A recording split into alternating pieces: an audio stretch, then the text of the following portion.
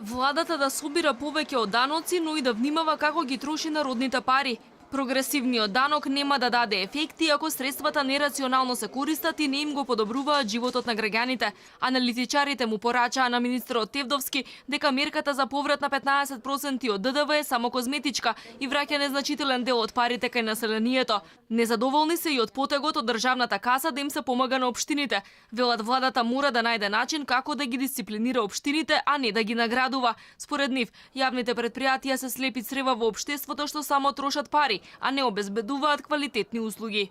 Беше кажано дека преку таквото субвенционирање ќе се добиваат додатни ефекти. Не ги гледаме тие ефекти. Се уште имаме градоначалници кои се однесуваат ноншалантно.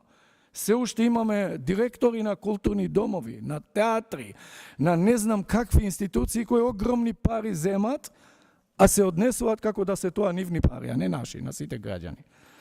Ова за да се создаде треба огромна фискална дисциплина. Министерот Тевдовски пак тврди дека владата го стегнала ременот. Вели дека буџетскиот дефицит и јавниот долг биле стабилизирани. Светска банка вчера алармираше дека од сите земји во регионот кои го намалиле јавниот долг, само кај нас долгот останал на ниво од 49%, а годинава ќе го достигне нивото од 51% од бруто домашниот производ. За предлогот на бизнисот, стопанството 6 месеци порано да знае кои даноци ќе се менуваат од стартот на годината, Тевдовски не се изјасни.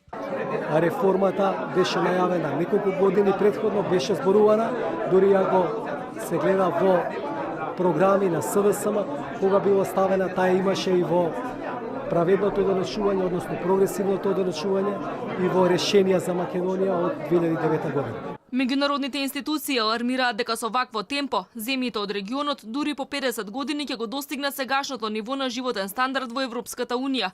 Предлагаат владата да инвестира повеќе во инфраструктурата, образованието и здравството, за да се отворат што повеќе работни места, бидејќи и покрај напредокот, невработеноста во земјава е меѓу највисоките на континентот.